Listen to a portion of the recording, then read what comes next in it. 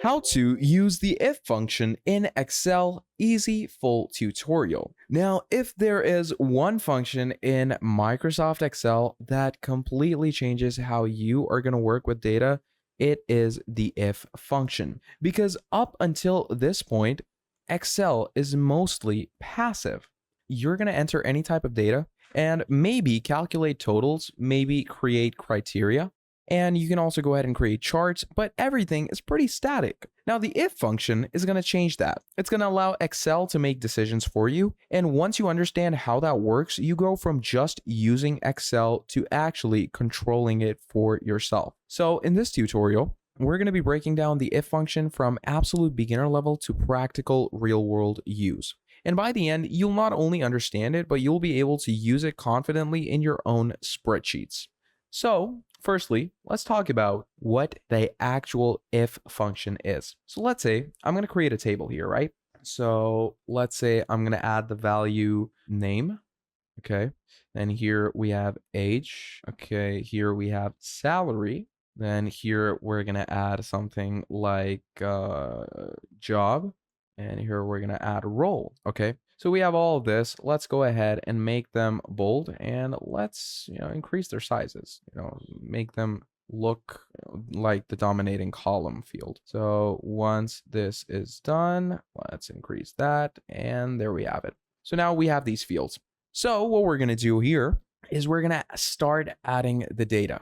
Okay. Now you could do this in any specific, field, or you can do this through a template if you want to. But I would suggest creating your very own table so you get a proper idea. Okay. So once this is done, what we're going to do is change that. Now the age, you could go with anything. So let's go with 40. Let's go with 76. Let's go with 12. Let's go with 43, 32, 23. And there we have it. Salary. Let's add our very own salary. So let's go with 10,000. Let's go with 9,000. Let's go with 800. Let's go with 765. And finally, this much. Now, once you've done that, finally, you're going to add in the job roles. So to add in the job roles, come here. So let's say this person's job is in IT. This person is in sales. This person is in HR. This person is also in IT. And this person is, let's say, in the management. Okay. So once we add that, here are the roles. Let's go with CEO. Let's go with team lead. All right. Then here, let's go with worker. Here, let's go with the VP. And let's go with something like vice chancellor. Okay. So once we've done all of that, we have all our fields set and good to go. Okay.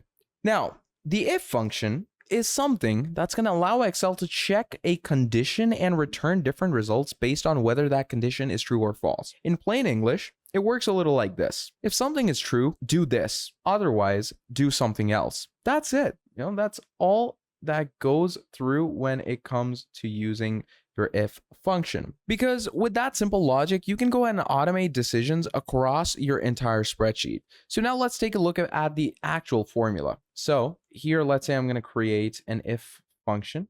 Okay, we're going to add this here. Now, once that is done, obviously, I'm going to increase the field. And right here is where you're going to add the function. So the function is if, then you're going to open a bracket. Once you open a bracket, this is where you're going to start writing your condition. Okay, so your condition could be, let's go with something, pretty straightforward, like any box. Okay, let's go with A, and let's go with A3. Okay, so if A3, you're going to add in a comma. Okay, now in the comma, you're going to add the value if it is true. So let's say if A3 is equal to, obviously A3 is Adam. Okay, we're going to add that. So if A3 is equal to Adam, you're going to add the comma here. What you're going to do from here is you're going to add in pass, which is going to be the passing value.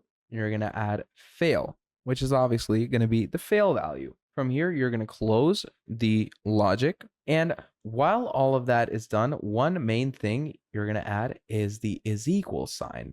Because if you don't add the is equals to sign, you're going to make sure there's the logical test. A3 is equal to Adam, value if true, and value if false. So in this case, we're going to get pass. We're going to hit that. And what's going to happen is it will give you a pass value. Now, moving on, you can also go ahead and work in a much more better way. So let's say I'm going to go ahead and add a condition. So let's go with equal to if, okay, obviously add the if condition. Now the logical test value that you want to go with is C, and let's go with, the general C2 to 7.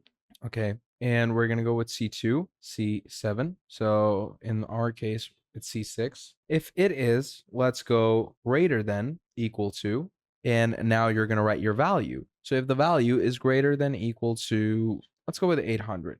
Okay, so if it's greater than equal to 800, now you're going to add your value of true, more. And of course, you're going to want to make sure that your values are inside a box. So you're going to add more in this. And once that is done, you're going to add in your fail value. So let's say I'm going to add in less, close that.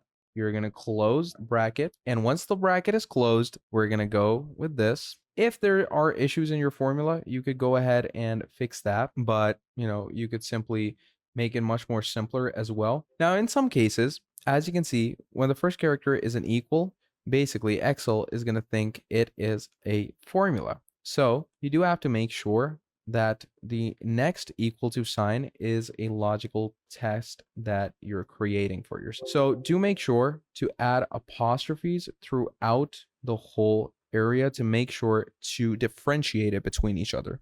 Now let's actually go deeper into this. Conditions are what make if powerful. Okay, you can use operators like greater than, less than, equal to, or not equal to, but more importantly, you do need to think logically. So instead of just writing formulas, ask yourself, what am I trying to check? Because if your condition is wrong, your entire result will be wrong.